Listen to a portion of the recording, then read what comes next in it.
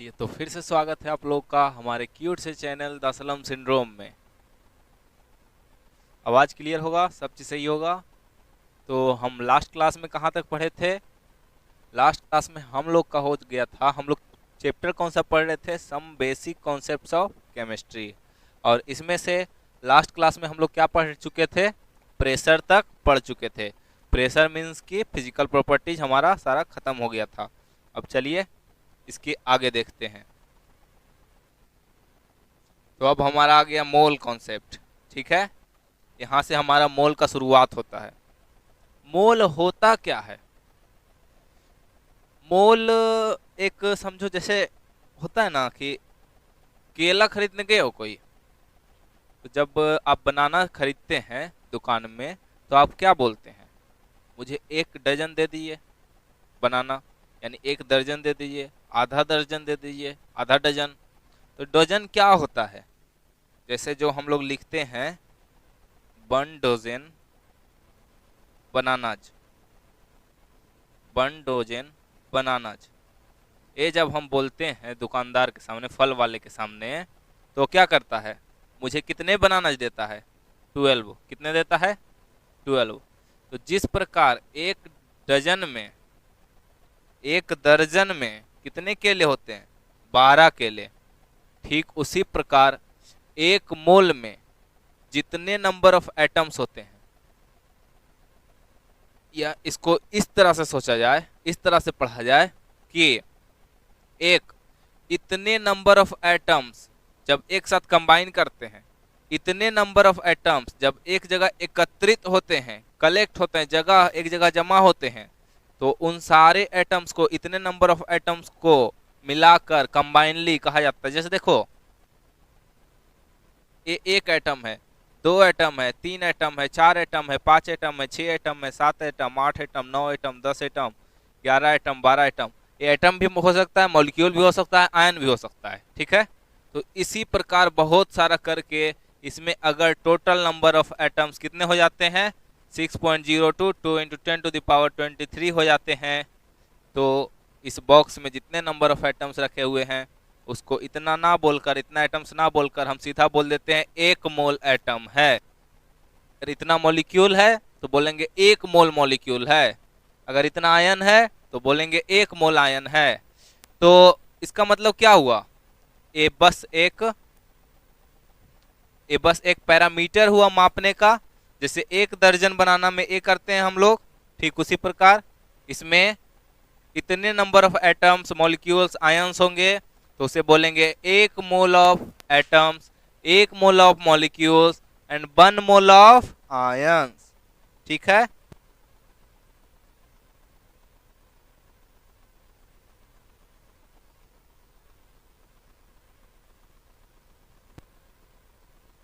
तो चलिए इसके आगे देखते हैं। अब हम लोग पढ़ेंगे डेफिनेशन इसका क्या कहता है। 1 mole of a substance is defined as the number of entities same as the number of atoms present in 12 gram of C12 isotope. Isotope क्या होता है ये सब पढ़ेंगे बाद में। आइसोटोप पढ़ेंगे, आइसोस्टर्स पढ़ेंगे, आइसोबार पढ़ेंगे, ये सब पढ़ेंगे हम लोग। आइसो इलेक्ट्रॉनिक पढ़ेंगे, आइसोटोन पढ़ेंगे। ये सब सारे आइसो वाले जितने टॉपिक हैं सब मैं एक वीडियो में करके बता दूंगा, ठीक है। तो चलिए इसके आगे देखते हैं, इसको समझते हैं, इसके डेफिनेशन को। 1 mole of a substance is defined as the number of entities. क्या 1 मोल सब्सटेंस किसको डिफाइन करता है? नंबर ऑफ एंटिटीज, कितना नंबर ऑफ क्या है? एटम्स है, प्रेजेंट इन कितना, कितना नंबर ऑफ एंटिटीज। एंटिटीज की जगह कुछ भी हो सकता है, एटम्स भी हो सकता है, मॉलिक्यूल भी हो सकता है, आयन भी हो सकता है। कितना होगा? जितना एटम किसमें होगा? 12 ग्राम कार्बन में होगा। 12 ग्राम C12 में जितना नंबर ऑफ एटम होगा उतना ही एंटिटी होना चाहिए। तो उसी को क्या नाम दे देते हैं? मोल। क्या नाम दे देते हैं? 1 मोल, ठीक है। दिस इज इक्वल टू क्या? Avogadro's number. एवोगाड्रो नाम के एक साइंटिस्ट थे, एवोगाड्रो नाम के, उन्होंने ही एक नंबर दिया था कि इतना नंबर ऑफ एटम्स, मॉलिक्यूल्स या आयंस हो जाएंगे तो हम उन्हें 1 मोल बोलेंगे। एवोगाड्रो कांस्टेंट भी इसे बोला जाता है कहीं कहीं पर। और इसे लिखने का तरीका क्या है? कहीं कहीं पर सिर्फ n लिख देगा किसी बुक में, और किसी बुक्स में आप देखिएगा तो na करके लिखा हुआ रहेगा। Na means Avogadro number, Avogadro number, और इसी को एवोगाड्रो कांस्टेंट भी बोला जाता है। क्या होता है, कितना होता है? 6.02 2 इंटू 10⁻23। फिर से बोलिएगा, 6.02 2 इंटू 10⁻23। यहाँ देखिए 22 है, यहाँ 23 है, याद रखिएगा 22 23, 6.02 2 इंटू 10⁻23। फिर से 6.02 2 इंटू 10⁻23, ठीक है। और आसानी के लिए, कैलकुलेशन को थोड़ा सा आसान बनाने के लिए हम लोग यूज कर लेते हैं 6 इंटू 10⁻23। क्या यूज करते हैं? कैलकुलेशन को आसान बनाने के लिए हम इस वैल्यू का यूज करते हैं 6 इंटू 10⁻23। लेकिन जब आपको पूछेगा एग्जाम में एवोगाड्रो कांस्टेंट क्या होता है, उसका वैल्यू कितना है, एवोगाड्रो नंबर क्या होता है, उसका वैल्यू कितना है, तो इतना वैल्यू है 6.022 इंटू 10⁻23। एग्जाम में ये नहीं लिखेंगे, इसको बस यूज करेंगे कैलकुलेट करने के लिए, और ऑफिशियली इसका होता कितना है, इतना होता है, ठीक है। अब आगे देखते हैं हम लोग। तो आगे हमारा आ गया मोल और मास कन्वर्जन, कि मोल को मास में कैसे कन्वर्ट करेंगे या मास को मोल में कैसे कन्वर्ट करेंगे। मतलब कि जैसे देखिए, एक मैं आपको एग्जांपल देता हूं, यहाँ पर क्या कर रहा है,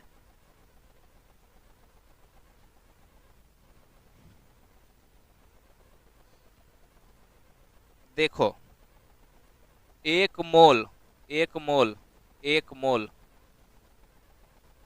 में कितने एटम्स होते हैं? 6.022 इंटू 10⁻23।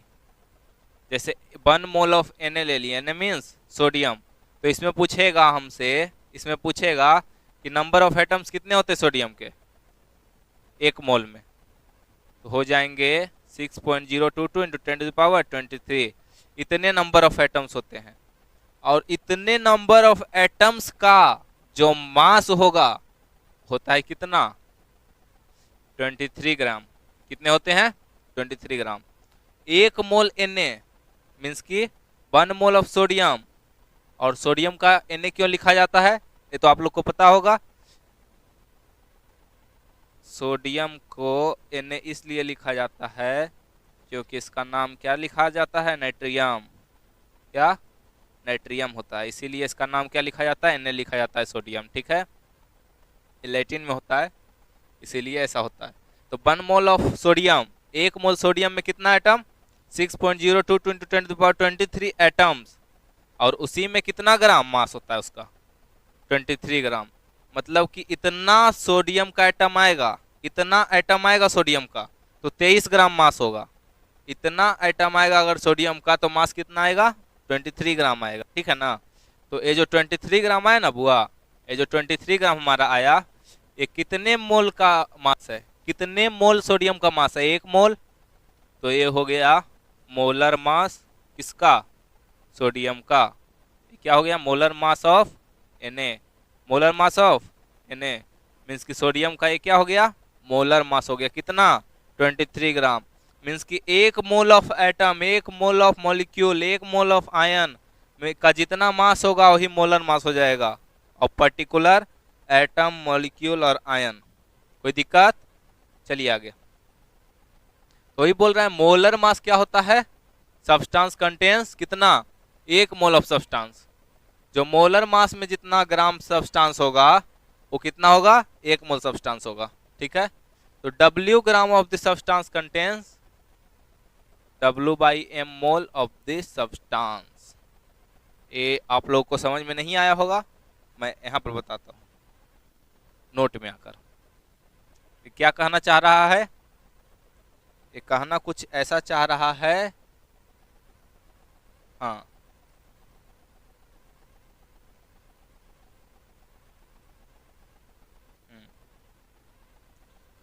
ये बोल रहा है क्या कि जो मोलर मास होता है ना बुआ, मोलर मास किसी का मान लो m है, क्या है? मोलर मास m है।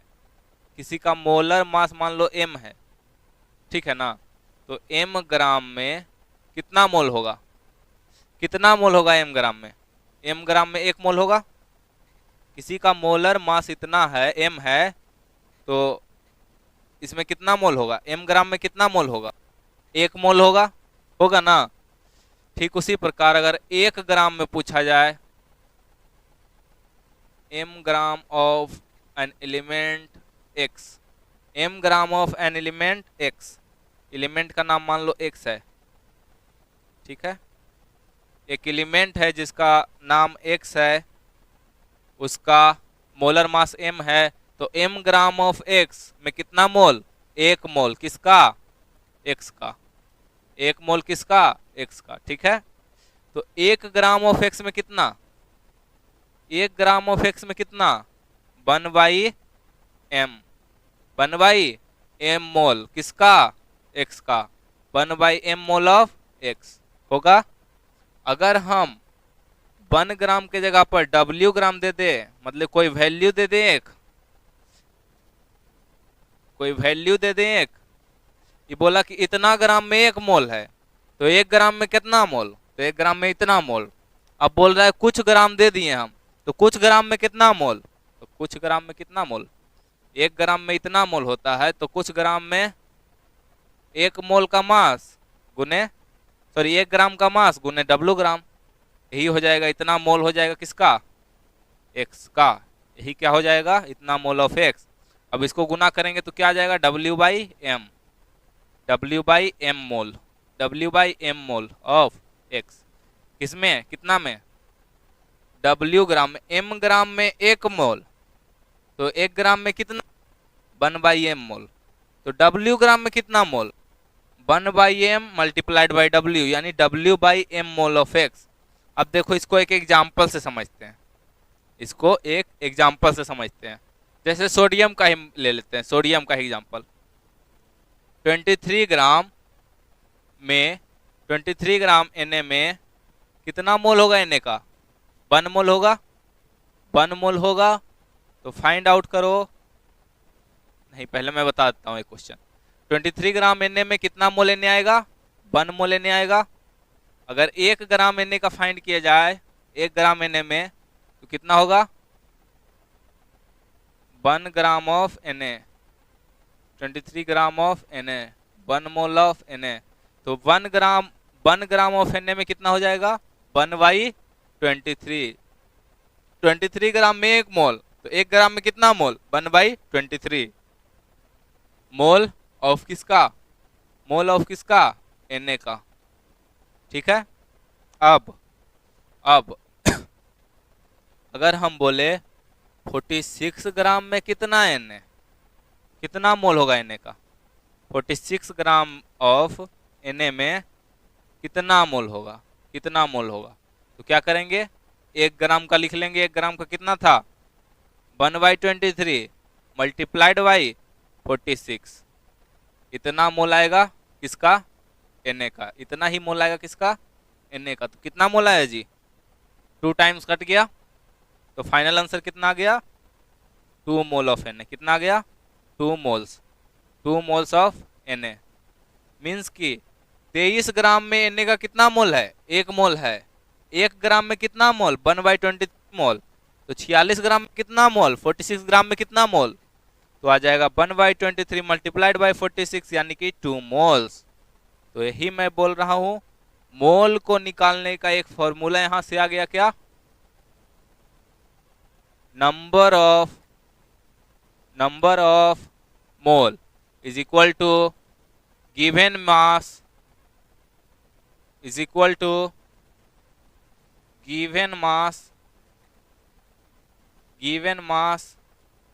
Divided by molar mass, given mass divided by molar mass. ये हमारा क्या हो गया जी, ये हमारा एक फॉर्मूला आ गया, ये हमारा क्या आ गया, एक फॉर्मूला आ गया। अब इसी को थोड़ा सा और एक्सटेंड करते हैं, तो गिवन मास को लिखा जाता है W से, और मोलर मास को लिखा जाता है M से, M से रिप्रेजेंट किया जाता है मोलर मास को, W से गिवन मास को, तो ही हो गया number of mole given mass by molar मास। अब सीधा देखो, याद करो, हम सोडियम का उतना लिख के बनाए थे ना, अब देखो हमको बोल दिया कि 46 ग्राम ऑफ Na में कितना मोल होगा, कितना मोल होगा निकालो, तो सीधा ही वाला फॉर्मूला लिखेंगे, नंबर ऑफ मोल, इसको n से रिप्रेजेंट किया जाता है, स्मॉल n से, नंबर ऑफ मोल को स्मॉल n से रिप्रेजेंट किया जाता है, n is equal to W/m, जानते हैं हम लोग, इज इक्वल टू डब्ल्यू कितना दिया हुआ है बुआ 46 ग्राम, और फिर एम कितना होता है इसका 23 ग्राम। मोलर मास कितना है, गिवन मास क्या है 46 ग्राम और मोलर मास 23 ग्राम, दो बार में, यानी नंबर ऑफ मोल्स कितना आ गए 2 मोल्स। कितने मोल्स 2 मोल्स, और ग्राम ग्राम कट गया तो 2 मोल्स आ गया हमारा कितना में 46 ग्राम ऑफ एन में। कितना आसान था, तुरंत फॉर्मूला लगाएं तुरंत बन गया। ठीक है, कोई दिक्कत यहाँ तक किसी को, ये सब समझने में किसी को कोई समस्या अभी तक? चलिए आगे देखते हैं। सॉरी,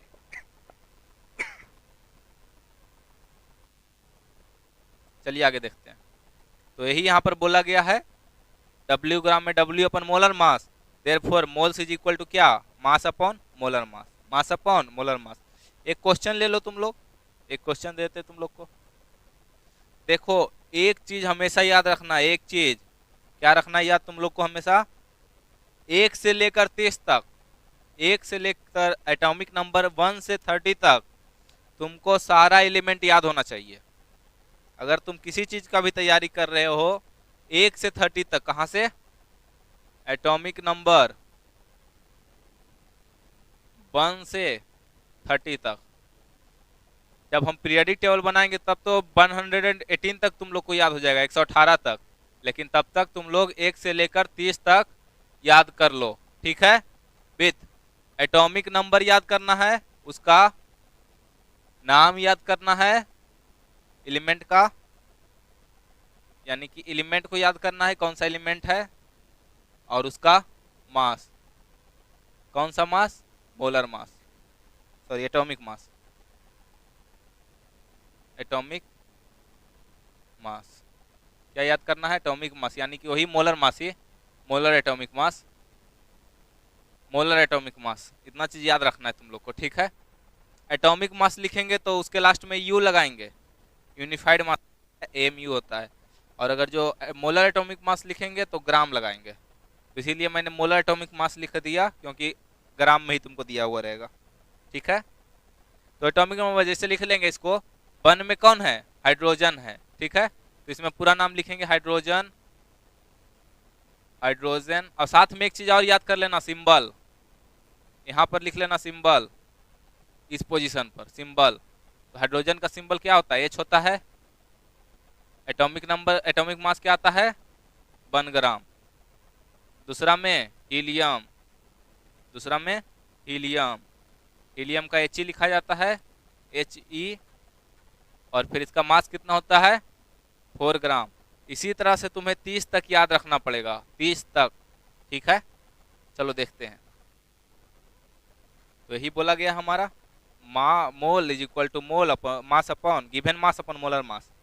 यहाँ पर गिवन कर देना, गिवन कर देना, given mass upon molar mass, given mass upon molar mass. चलिए आगे, एटॉमिक मास यूनिट, अब क्या आ गया एटॉमिक मास यूनिट, इसी का मैं बात कर रहा था, you unified mass, atomic mass unit. ठीक है, तो एटॉमिक मास यूनिट को कैसे बता रहा है, the quantity 1/12 mass of an element of C12। तुम्हारा मोल कॉन्सेप्ट में, मोल कॉन्सेप्ट जिस एटम पर डिपेंड करता है ना, जिस एलिमेंट पर, उसका नाम है C12, यानी कार्बन 12। कार्बन का वह आइसोटोप जिसका मास 12 ग्राम हो, यानी कि कार्बन का एटम से ही सारा मोल का एक किया गया है। ठीक ना, स्टैंडर्ड किसको रखा गया है C12 को, स्टैंडर्ड इसी को रखा गया है। तो इसको स्टैंडर्ड सेट करके सारे का डेफिनेशन लाया गया। जैसे एटॉमिक मास यूनिट का डेफिनेशन क्या हो गया, द क्वांटिटी 1/12 मास किसका, एक एटम का, किसका, एक मोल ऑफ एटम बोला है, एक मोल ऑफ एटम बोला है, नहीं, एक एटम का मास C12 का इज नोन एज क्या, एटॉमिक मास यूनिट। क्या, एटॉमिक मास यूनिट। तो फाइंड आउट करें हम लोग कितना आता है, चलिए फाइंड आउट करते हैं। क्या बोला, 1/12 मास, 1/12 मास of carbon 12, of carbon 12, 1/12 mass of carbon 12, और एक किसमें है, ग्राम में, यानी कि ये कौन सा मास हम दे रहे हैं, मोलर मास। तो क्या ये सही है, नहीं सर, ये सही नहीं है, ये गलत है। क्यों? क्योंकि मोलर मास नहीं दिया हुआ है यहाँ पर। देखो क्या दिया हुआ है, क्या दिया हुआ है, ये क्या है, atom of an atom. Mole of a mole of atom बोला है, ऑफ वन मोल एटम बोला है, नहीं बोला है। ठीक है, क्या बोला है, of an atom, of an atom. तो एक एटम का बताना है। तो सबसे पहले हम क्या करेंगे इसको निकालने के लिए सॉरी, एक एटम का मास निकालेंगे। तो C12 का मास क्या होता है, C12 का मास क्या होता है, ये हम क्या लिख रहे हैं, ये अगला अगला मीन्स की 2-3 स्लाइड बाद बताऊंगा मैं ये चीज कि मैं क्या लिख रहा हूँ ये चीज। इसका मास होता है 1 मोल का 12 ग्राम। 1 मोल कार्बन का मास कितना होता है जी, 1 मोल कार्बन का मास 12 ग्राम होता है। कितना, 12 ग्राम। तो चलो 1 mole of atom, 1 mole C atom, carbon atom का मास इतना ग्राम है।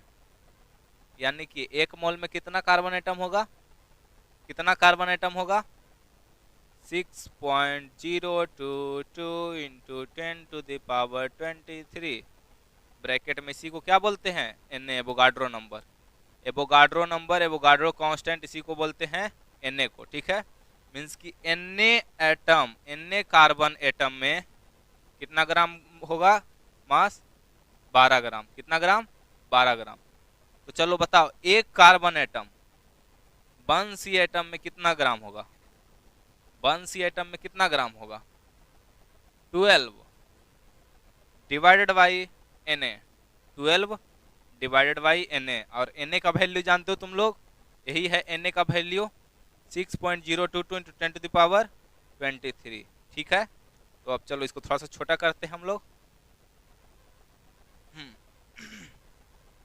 तो 12 अपॉन Na, अब 12 अपॉन Na करेंगे, Na का वैल्यू 6.022 इंटू 10⁻23।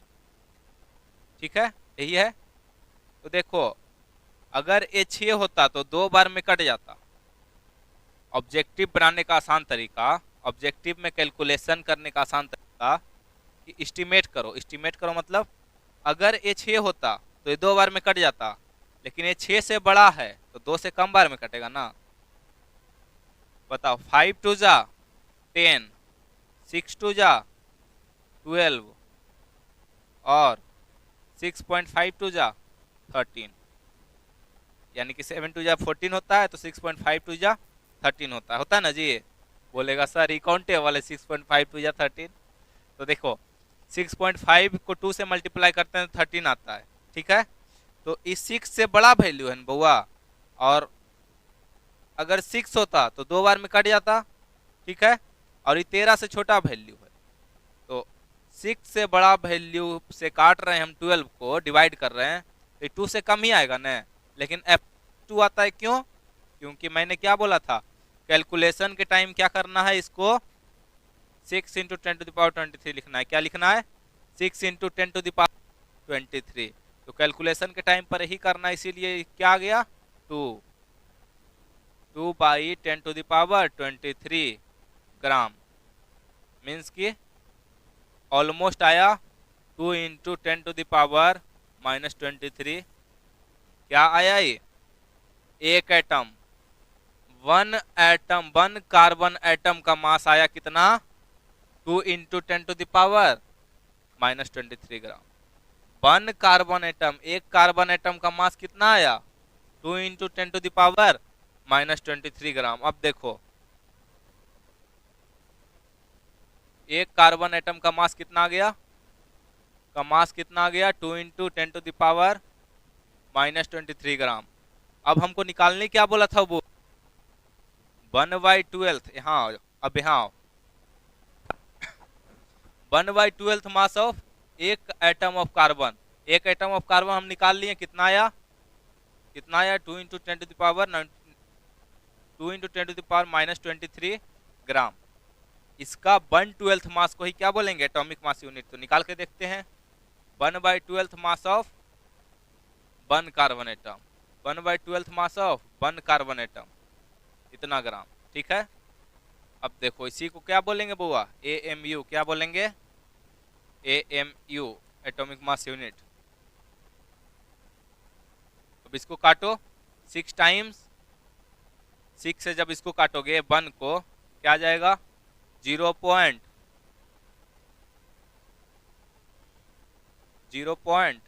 क्या आ जाएगा 1/6 है ना 0.6 टाइम्स तो आ जाएगा 96। 100 हो गया 100 4 बचा 2 5 सही कर रहे हैं ना 2/12 1/6 नहीं एग्जैक्ट तो नहीं कटेगा एग्जैक्ट कैसे काट रहे हैं कुछ गलत है इसमें एक second just a second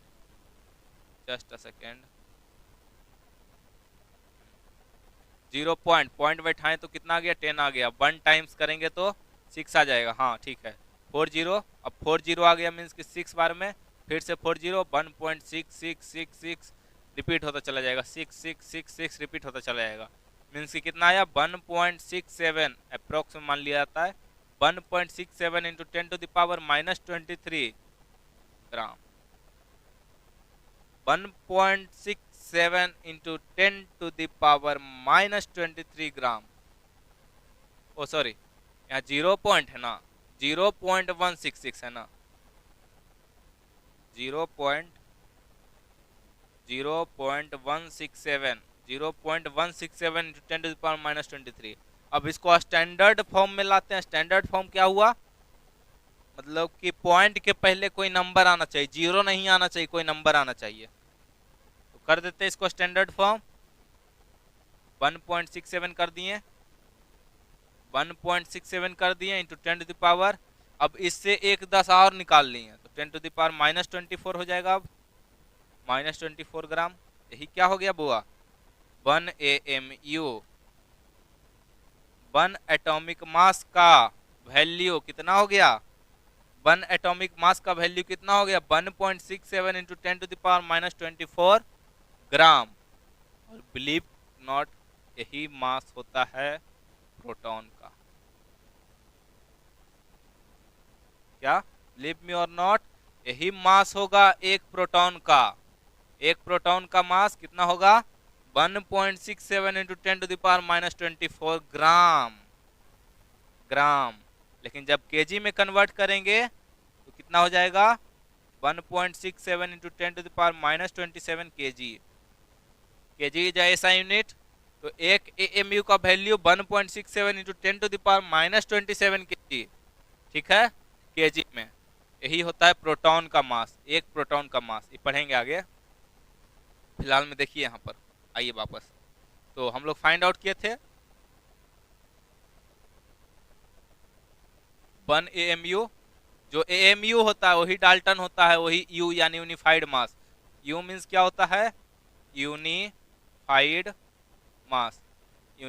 mass सब इसी का नाम है AMU का ही नाम है AMU का ही दूसरा नाम क्या है डाल्टन भी है AMU का ही दूसरा नाम डाल्टन भी है और यूनिफाइड मास यानी U भी है U यानी यूनिफाइड मास भी किसका नाम है AMU का ही U स्टैंड्स फॉर यूनिफाइड मास देखो यहाँ लिखा हुआ है ना U stands for unified mass the actual mass of 1 atom of C12 एक मोल C12 एटम का मास कितना था 12 ग्राम एक मोल कार्बन 12 एटम का मास 12 ग्राम अब एक एटम कार्बन 12 एटम का मास कितना लाए थे हम लोग ऑलमोस्ट 2 इंटू 10⁻⁻23 ग्राम और इसी को केजी में कन्वर्ट करेंगे तो क्या आ जाएगा 2 इंटू 10⁻⁻26 केजी ठीक है यही वैल्यू यहाँ दिया हुआ है 1.9924 मतलब लगभग 2 क्या बोलते थे कि 2 से छोटा आएगा लेकिन ऑलमोस्ट 2 मान लेते हैं इसको ठीक है अब 1 AMU में 2 इंटू इतना मीन्स कितना मल्टीप्लाइड बाई इतना केजी डिवाइड बाई 12 मतलब 1/12 mass of C12 1/12 mass of C12 carbon atom ठीक है तो इससे जब डिवाइड करते हैं तो क्या आ गया 1.66 इतना 1.66 इंटू इतना यानी कि ग्राम में ये हो गया केजी में ही हो गया हम बोले थे ना 1.67 इंटू 10⁻⁻27 केजी और ग्राम में -24 ग्राम और इसी का वैल्यू कितना आता है 1/Na ग्राम एक AMU का ही यानी एक यू का ही वैल्यू कितना आ जाता है 1/na। 1/na ही करोगे ना तो इतना ही आएगा, 1/na करोगे तो इतना ही आएगा। देखो ना यहाँ, देखो मैंने बता रखा है, कहाँ बताया मैंने, 1/na देखो तुम्हारे यहीं से आ जाएगा।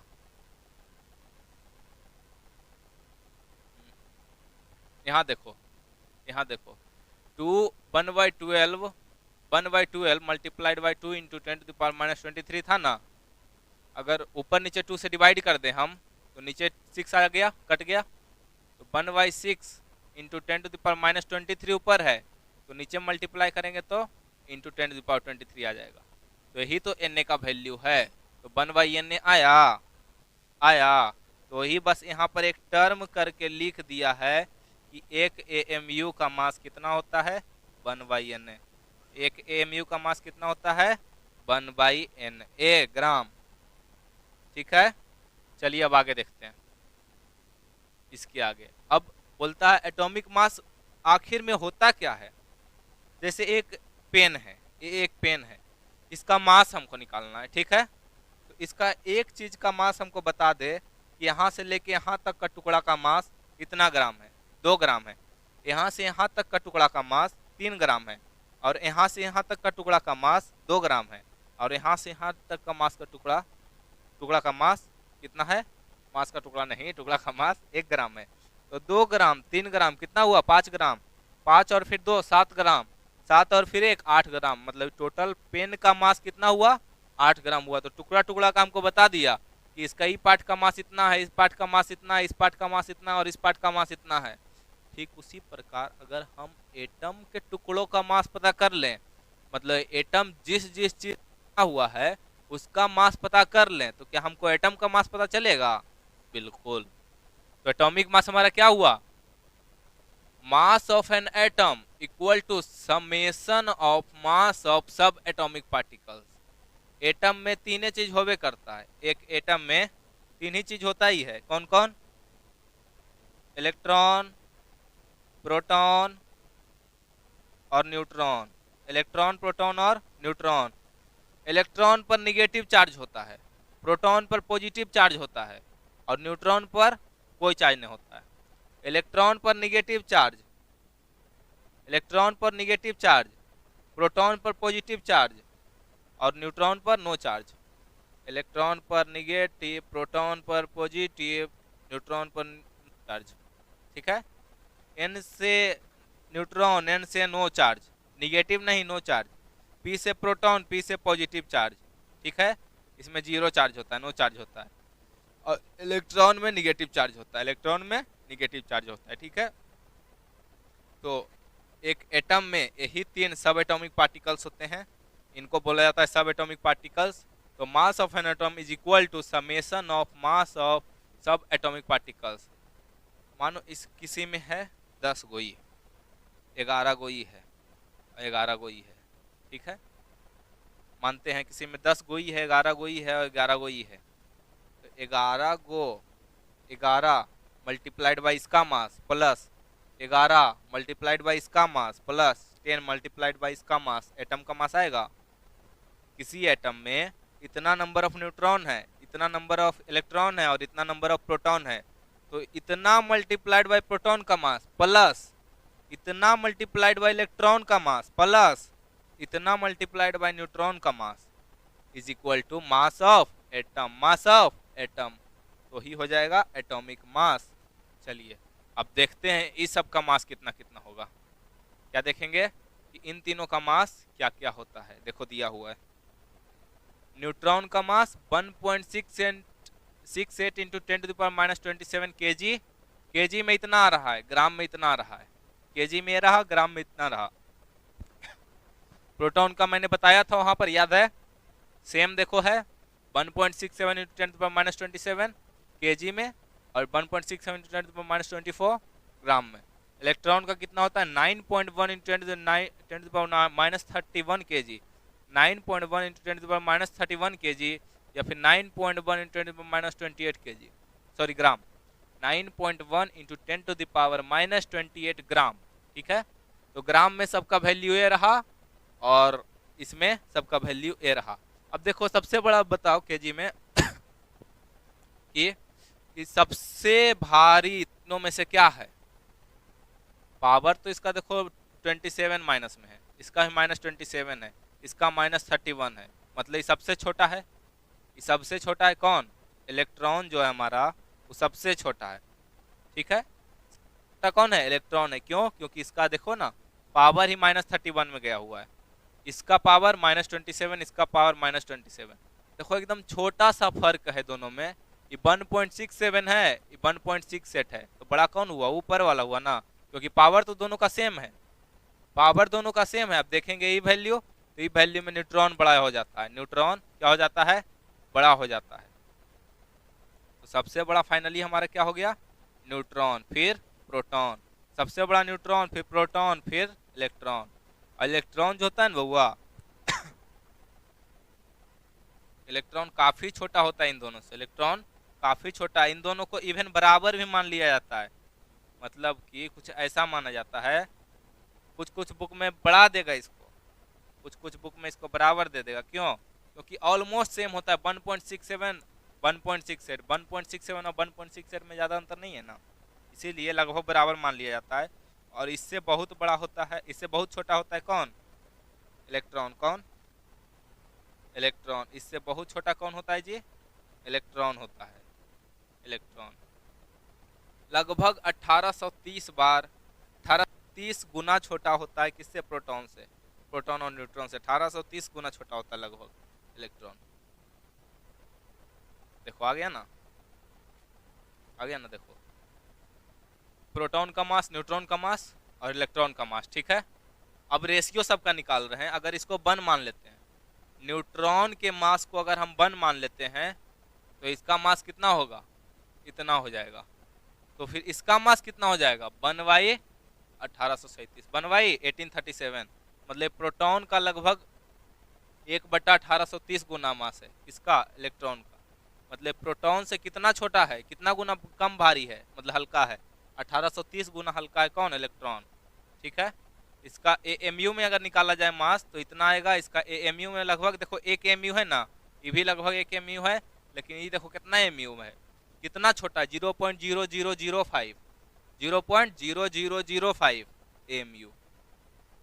और देखो ही लिखा गया है कि न्यूट्रॉन का मास लगभग प्रोटॉन के बराबर होता है। न्यूट्रॉन का मास इक्वल टू नहीं है, इक्वल टू ऐसे पड़ता है, ये लगभग हो गया, ठीक ना। और इसको बोलते हैं कॉन्ग्रुएंस, और इसको बोलते हैं सिमिलर। ये क्लास 10 में पढ़े होगे सिमिलर, कॉन्ग्रुएंस, ये हो गया इक्वल टू, और ये अप्रोक्सीमेटली इक्वल टू लगभग बराबर है। तो न्यूट्रॉन और प्रोटॉन का मास लगभग बराबर है, और इलेक्ट्रॉन बहुत छोटा है, इलेक्ट्रॉन बहुत छोटा उन लोग के दोनों के सामने। तो hence mass of electron is negligible with respect to proton और न्यूट्रॉन। इतना गुना छोटा है, देख रहे हो, इतना गुना छोटा है, तो इसको कलेक्ट कर दिया जाता है कि इलेक्ट्रॉन का मास जो होगा वो नेग्लिजिबल होगा किसके किसके रिस्पेक्ट में? प्रोटॉन और न्यूट्रॉन के रिस्पेक्ट में। चलिए यहाँ तक हो गया, अब आगे देखते हैं। अब ए एक हो गया, मैंने बताया था कि ए लिखे हम, ए लिखे या फिर कुछ इस प्रकार से लिखे, कुछ इस प्रकार से लिखे। ये क्या लिखे? ई जो होता है ना बउआ, ई नीचे वाला, ये होता है एटॉमिक नंबर। क्या होता है? Atomic number, atomic number. और ये क्या होता है? Atomic mass. क्या होता है? एटॉमिक मास, एटॉमिक मास। तो ये हो गया एटॉमिक नंबर।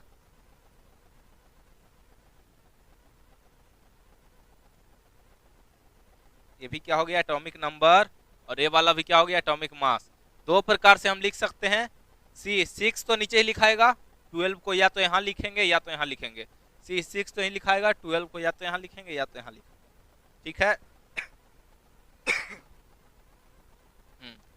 तो देखिए यही, इसी को मतलब कि इस तरह से लिखा गया है, बताया गया है हम लोग को कि कोई एक एलिमेंट है ई नाम का, कोई एक ई नाम का एलिमेंट है, उसका एटॉमिक नंबर Z से रिप्रेजेंट किया जाता है और मास नंबर A से रिप्रेजेंट किया जाता है। और ई एलिमेंट का एटॉमिक नंबर जेड है और मास नंबर 11 है, मतलब एटॉमिक मास ए है। तो जेड क्या हो गया? जेड हो गया एटॉमिक नंबर, एटॉमिक नंबर। और ये क्या हो गया जी? ये हो गया एटॉमिक मास। क्या हो गया? Atomic mass. ये हो गया हमारा एटॉमिक मास और जेड हो गया एटॉमिक नंबर। इसको रिप्रेजेंट किया जाता है इससे। तो देखिए यहाँ पर वही चीज दिया हुआ है, E is an element whose atomic number is Z.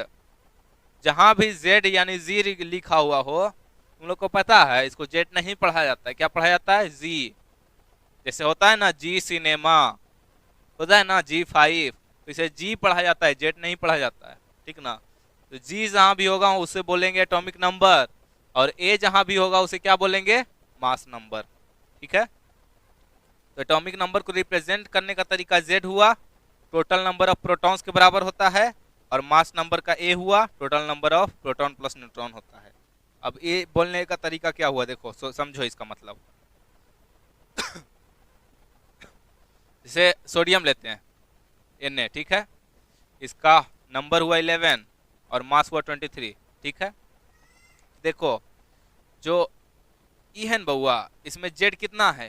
11 है जेड का वैल्यू, और जो ई है ये है, ए का वैल्यू कितना है? इतना है। तो हमारा जेड और ए कुछ ऐसा होता है ना कि जितना जेड है ना उतना ही नंबर ऑफ क्या होगा? उतना ही नंबर ऑफ क्या होगा? प्रोटॉन होगा। क्या होगा? प्रोटॉन। और जितना ए है ना, ए, उतना ही number of proton, number of proton plus neutron होगा। प्रोटॉन प्लस न्यूट्रॉन होगा, प्रोटॉन प्लस न्यूट्रॉन होगा। मतलब कि हमारा प्रोटॉन कितना होगा Na में? Na में कितना प्रोटॉन हो जाएगा? 11 प्रोटॉन हो जाएगा, क्योंकि जेड ही क्या रिप्रेजेंट करता है? नंबर ऑफ प्रोटॉन को, और उसी को क्या बोलते हैं? Atomic number. और एक चीज बताऊं, किसी न्यूट्रल एटम में, किसी को बताना नहीं, किसी न्यूट्रल एटम में, मतलब बताने वाला ही चीज है तो ऑब्वियसली बताओगे जी। किसी न्यूट्रल एटम में इस पर कोई चार्ज है बउआ? अब चार्ज दिए हम, ठीक है, लेकिन अभी कोई चार्ज नहीं है, ठीक है। तो किसी न्यूट्रल एटम में प्रोटॉन और इलेक्ट्रॉन, प्रोटॉन और इलेक्ट्रॉन बराबर होता है। किसी न्यूट्रल एटम में, एलिमेंट में, एटम में प्रोटॉन और न्यूट्रॉन, इलेक्ट्रॉन दोनों बराबर होता है। और जनरली सभी में न्यूट्रॉन भी इसके बराबर होता है। जनरली, ऐसा जनरल केस में देखा जाता है कि ऐसा होता है, लेकिन सब जगह ई चीज नहीं होगा। लेकिन एक न्यूट्रल एटम में ई दोनों पक्का बराबर होगा। जब तक वो एटम न्यूट्रल है, मतलब कि उसका प्रोटॉन न्यूट्रॉन के, इलेक्ट्रॉन के बराबर होगा, उसका प्रोटॉन किसके बराबर होगा? इलेक्ट्रॉन के बराबर। तो इसमें बताओ, सोडियम में कितना प्रोटॉन? 11 प्रोटॉन। प्रोटॉन कितना जी? 11। सोडियम पर कोई चार्ज है? कोई चार्ज दिख रहा है सोडियम पर? नहीं। तो इसमें इलेक्ट्रॉन भी कितना? 11। क्योंकि एक न्यूट्रल एटम में प्रोटॉन और इलेक्ट्रॉन क्या होते हैं? बराबर होते हैं। तो अब बताओ न्यूट्रॉन कितना? तो सर इसका मास नंबर आप जानते हैं सर? इसका मास क्या होता है सर? ये है ना सर? तो ए का वैल्यू कितना है सर? 23 है ना सर? इसमें 23 है ना, और 23 क्या क्या जोड़ के आता है? Proton plus neutron, proton plus neutron. तो प्रोटॉन तो हमरा पते है, ए का वैल्यू भी हमको पता है, तो न्यूट्रॉन का वैल्यू नहीं आ जाएगा सर? आ जाएगा ना सर? कैसे आएगा? हमारा A is equal to proton plus neutron होता है। ए कितना है? 23 है। प्रोटॉन कितना है? 11 है। तो न्यूट्रॉन कितना आ जाएगा? इधर आया तो न्यूट्रॉन आ गया 12। कितना आ गया जी? 12। तो न्यूट्रॉन कितना आ गया? 12। तो एक Na एटम के लिए, एक Na न्यूट्रल एटम के लिए, एक न्यूट्रल Na एटम के लिए प्रोटॉन कितना होगा? 11। इलेक्ट्रॉन कितना होगा? ले, उड़ गया। इलेक्ट्रॉन कितना होगा? 11। न्यूट्रॉन कितना होगा? 12। न्यूट्रॉन कितना? 12, ठीक है। चलिए यहाँ तक समझ गया सब लोग? कोई दिक्कत? तो यही यहाँ पर लिखा हुआ atomic number Z is the total number of protons. जितना प्रोटॉन उतना ही इलेक्ट्रॉन, किसमें? न्यूट्रल एटम में, ठीक है। न्यूट्रल एटम में जितना प्रोटॉन उतना ही इलेक्ट्रॉन। ऐसे जितना प्रोटॉन उतना एटॉमिक नंबर, ठीक है, जितना प्रोटॉन उतना एटॉमिक नंबर। और प्रोटॉन में न्यूट्रॉन जोड़ दो, प्रोटॉन में न्यूट्रॉन का नंबर जोड़ दो, तो वही हो गया मास नंबर। वही क्या हो गया, मास नंबर। ऐसा क्यों, क्यों ऐसा करते हैं तो बताएगा।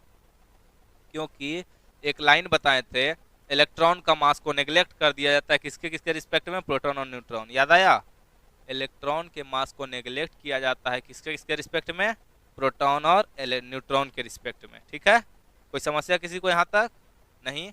इसीलिए इसमें मास नंबर में सिर्फ प्रोटॉन और न्यूट्रॉन ऐड किया जाता है, प्रोटॉन और न्यूट्रॉन को ऐड करते हैं सिर्फ मास नंबर में। Reason is what, because electron is negligible with respect to neutron and proton, with respect to neutron and proton। चलिए एटॉमिक मास यूनिट यही है, यही देखिए mu डाल्टन यूनिफाइड मास, mu भी वही है, यूनिफाइड मास भी वही है, डाल्टन भी वही है, सब वही है। ये तो u का वैल्यू दे दिया है, एटॉमिक मास क्या होता है, मास नंबर इंटू इतना, ये u का वैल्यू दे दिया है, मतलब एक u होता है a into one u, a into one this, a into one this. ठीक है, तो एटॉमिक मास वही हो जाता है, मास नंबर इंटू उतना। अब मोलिकुलर मास, मोलिकुलर मास क्या होगा जी एटॉमिक मास क्या था, एक मोल एटम का मास। एटॉमिक मास क्या था, एक एटम का मास। एटॉमिक मास क्या था, एक एटम का मास। तो मोलिकुलर मास क्या हो जाएगा, एक मॉलिक्यूल का मास। मॉलिकुलर मास क्या होगा, एक मॉलिक्यूल का मास। अब एक मॉलिक्यूल का मास कितना होगा देखिए, molecular mass numerically indicates the mass of a molecule.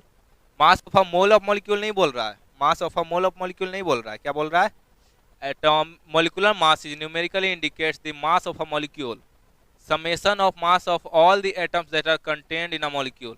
Atom क्या होता है, मॉलिक्यूल क्या होता है, एलिमेंट क्या होता है, कंपाउंड क्या होता है, आप पहले पढ़ चुके होंगे।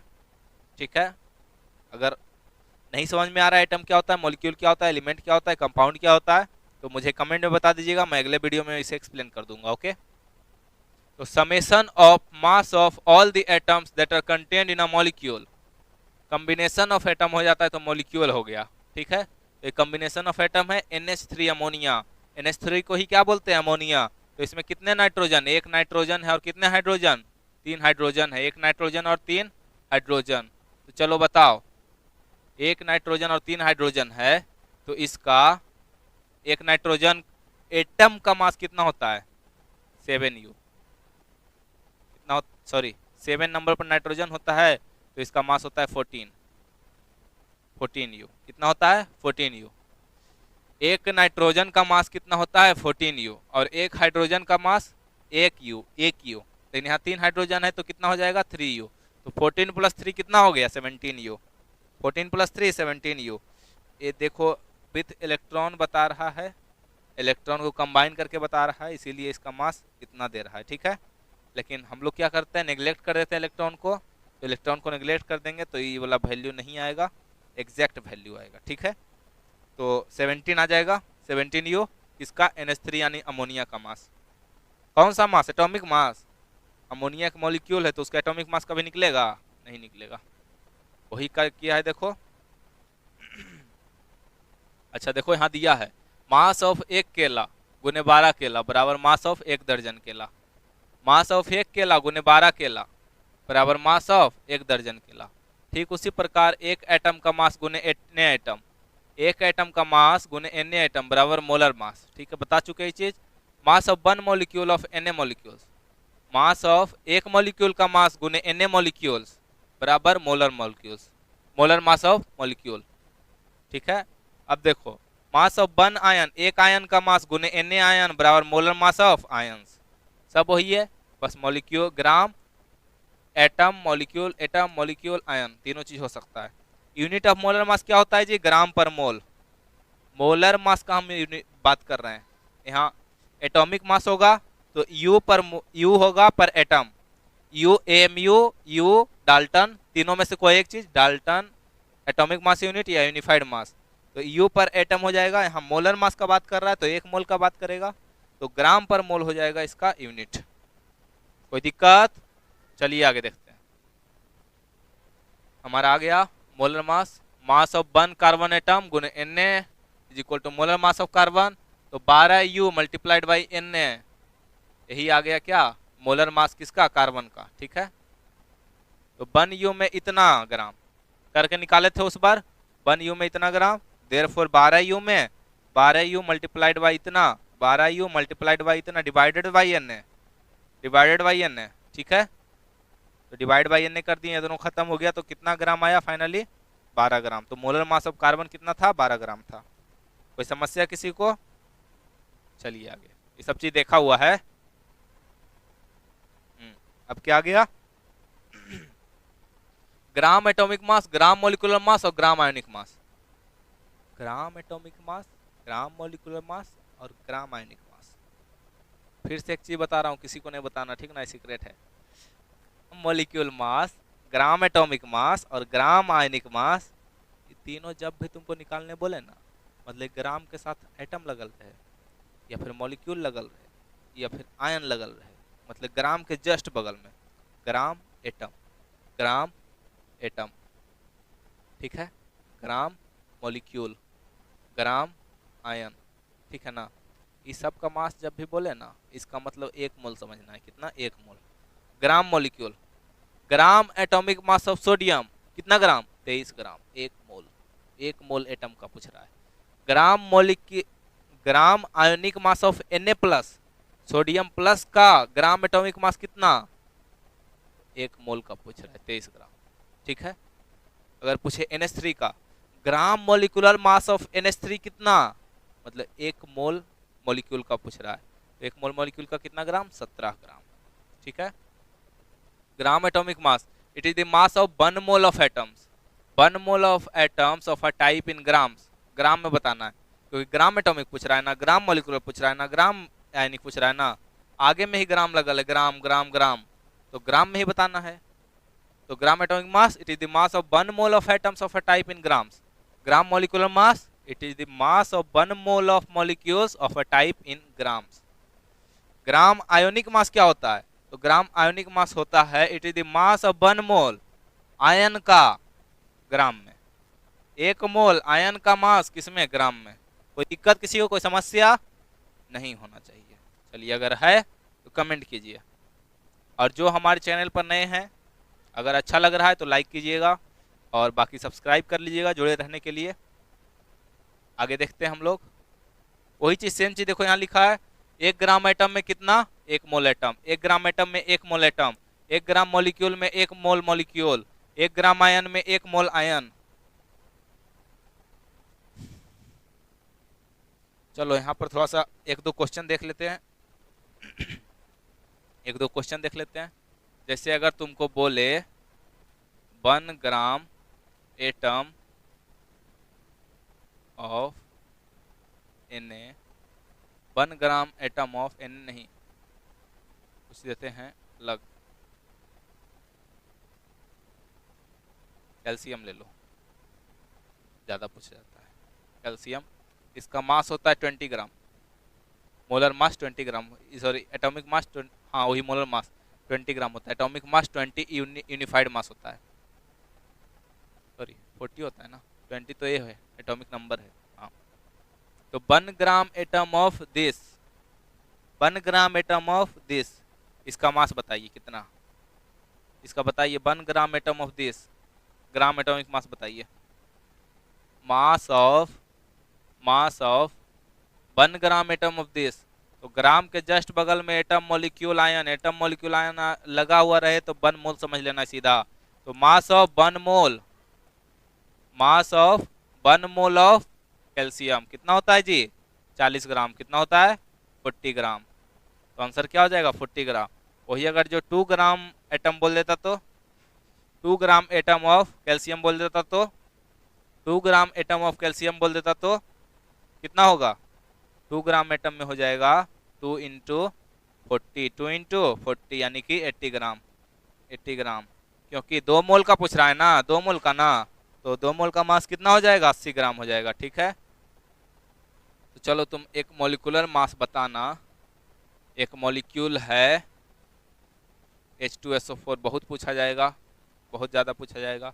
तो H2SO4 1 ग्राम, 1 नहीं, 18 ग्राम